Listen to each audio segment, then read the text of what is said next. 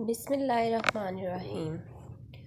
لفظ قرآن عربی لفظ قرات سے نکلا ہے جس کے معنی پڑھنا، تلاوت کرنا ہے۔ قرآن کے معنی زیادہ پڑھی جانے والی کتاب ہے۔ قرآن مجید انسانوں کی ہدایت کے لیے اتاری گئی آخری الہامی کتاب ہے جو کہ آخری پیغمبر حضرت محمد مصطفیٰ صلی اللہ علیہ وآلہ وسلم پر نازل ہوئی۔ اس سے قبل 3 الہامی کتابیں زبور حضرت داؤد علیہ السلام پر، تورات حضرت موسیٰ علیہ السلام اور انجیل حضرت عیسیٰ علیہ السلام پر نازل ہوئی تھی۔ قرآن مجید 18 رمضان نبوت کے پہلے سال میں نازل ہونا شروع ہوئی اور نبوت کے آخری سال تک یہ سلسلہ جاری رہا۔ آخری الہامی کتاب کا نام خود باری تعالیٰ کی ذات بابرکات نے پسند فرمایا۔ قرآن مجید میں کل 30 پارے ہیں۔ قرآن مجید کی کل منزلیں 7 ہیں، کل صورتیں 114 ہیں اور کل آیات 6666 ہیں، جو کہ بعض جگہوں پر تعداد 6236 بھی بتائی گئی ہے۔ قرآن پاک میں کل رکوع 556 ہیں، کل کلمات 86430 ہیں۔ قرآن مجید میں کل سجدے 14 ہیں۔ قرآن مجید میں آیات امر 1000، قرآن مجید میں آیات نہیں بھی 1000 ہیں۔ قرآن مجید میں آیات قصص 1000 اور آیات امثال بھی 1000 ہیں۔ قرآن مجید میں آیات حلال و حرام 500 ہیں۔ قرآن مجید میں آیات تسبیح 100 ہیں۔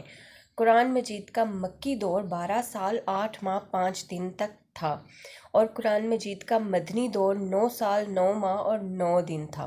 مکی آیات چھوٹی اور مختصر ہیں، جیسے کہ سورہ اخلاص، سورہ ناس، سورۃ کوثر، سورہ قریش وغیرہ، اور مدنی آیات اور مدنی صورتیں طویل ہیں، جیسے سورۃ بقرہ، سورہ ال عمران، سورۃ نساء وغیرہ۔ مکی آیات میں نوع انسانی کو مخاطب کیا گیا ہے، جبکہ مدنی آیات میں اہل ایمان کو مخاطب کیا گیا ہے۔ مکی آیات میں زیادہ تر عقائد اور اخلاق پر زور دیا گیا ہے، لیکن اس کے برعکس مدنی آیات میں احکام اور اعمال پر زور دیا گیا ہے۔ مدنی آیات کی زبان سادہ اور عام فہم ہے، جبکہ مکی صورتوں کی زبان ذرا دقیق اور مشکل ہے۔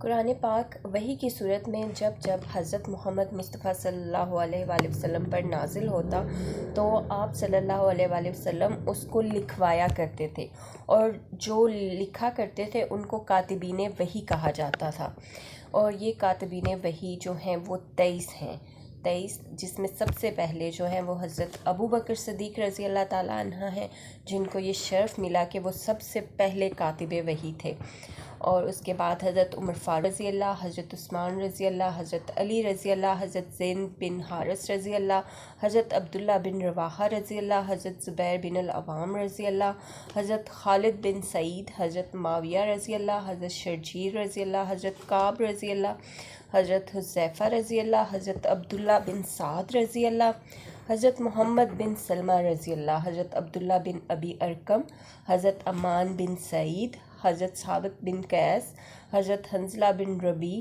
حضرت علا بن عتبہ رضی اللہ، حضرت خالد بن ولید رضی اللہ، حضرت مغیرہ بن معقبہ رضی اللہ، حضرت عبداللہ بن زید رضی اللہ اور حضرت سنجل رضی اللہ تعالیٰ عنہ۔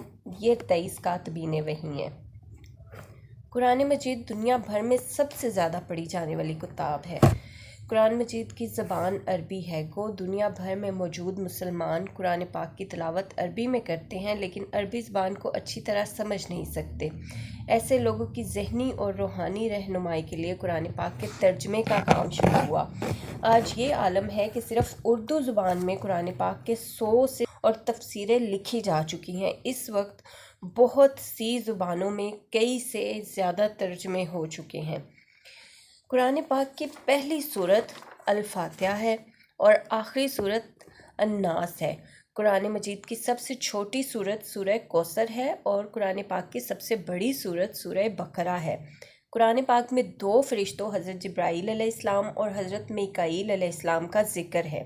قرآن پاک میں حضرت جبرائیل کے 2 صفاتی ناموں روح الامین اور روح القدس کا ذکر ہے۔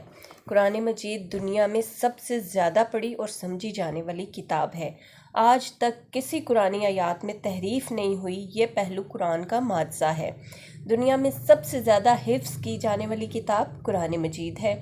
دنیا میں سب سے زیادہ چھپنے والی کتاب قرآن مجید ہے۔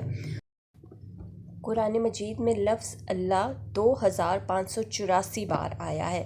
قرآن مجید میں 26 پیغمبروں کا ذکر آیا ہے۔ حضور صلی اللہ علیہ وآلہ وسلم کے چچا ابو لہب دشمن اسلام کے نام پر قرآن پاک میں سورہ لہب ہے۔ مسجد اقصیٰ اور مسجد الحرام کا ذکر سورہ اسرائیل میں ہے۔ قرآن مجید نے سب سے پہلا پیغمبر حضرت آدم علیہ السلام کو کہا ہے۔ قرآن مجید کی موجودہ ترتیب توفیقی ہے۔ توفیقی سے مراد حکم اللہ تعالیٰ کے مطابق ہے۔ قرآن مجید میں سب سے زیادہ ذکر حضرت موسیٰ علیہ السلام کا آیا ہے۔ قرآن میں 4 سورتوں کا آغاز لفظ کل سے ہوتا ہے۔ قرآن مجید کی آخری 2 سورتوں کو موعظتین کہا جاتا ہے۔ قرآن مجید کے پہلے حافظ حضرت عثمان بن عفان رضی اللہ عنہ تھے۔ حضرت ابوبکر صدیق رضی اللہ عنہ نے قرآن پاک اکٹھا کروانے کے کام کا آغاز کیا۔ تدوین قرآن کا کام حضرت زید بن ثابت رضی اللہ نے سر انجام دیا۔ سورہ فاتحہ اور سورہ نصر ایسی 2 سورتیں ہیں جو مکمل سورت کی شکل میں نازل ہوئیں۔ حضور صلی اللہ علیہ وآلہ وسلم کو سورت مدثر کے ذریعے علانیہ تبلیغ کا حکم ہوا۔ واقعہ معراج 2 سورتوں بنی اسرائیل اور سورت نجم میں بیان ہوا۔ قرآن پاک میں 70 سے زائد مقامات پر دعا مانگنے کی تاکید کی گئی ہے۔ حضرت عبداللہ بن مسعود رضی اللہ عنہ کو ترجمان القرآن کہا جاتا ہے۔ قرآن پاک کے حروف پر اعراب لگانے کا کام حضرت عثمان بن عفان رضی اللہ عنہ کے دور خلافت میں ہوا۔ قرآن پاک میں 6 سورتیں انبیاء کے نام سے ہیں۔ قرآن پاک میں صرف ایک سورہ خاتون کے نام سے ہے اور اس کا نام ہے سورہ مریم۔ اردو میں قرآن کریم کا پہلا بامحاورہ اور سلیس ترجمہ شاہ عبد القادر نے کیا۔ آج کے لیے بس اتنا ہی۔ انشاءاللہ دوبارہ آپ کے سامنے ہم صورتوں کی وجہ تسمیہ لے کے حاضر ہوں گے، جس میں تمام صورتوں کو تفصیل سے بیان کیا جائے گا اور یہ بیان کیا جائے گا کہ ان کا نام کس لیے، کس وجہ سے یہ رکھا گیا۔ تو اگر آپ کو یہ ویڈیو اچھی لگی تو پلیز چینل کو سبسکرائب کرنا اور ویڈیو کو لائک کرنا مت بھولیں، کیونکہ ان ویڈیو کے پیچھے بہت محنت سے کام کیا جاتا ہے، اور اس چینل کو اسلام کا ایک بڑا چینل بنانے کے لیے میری مدد کریں۔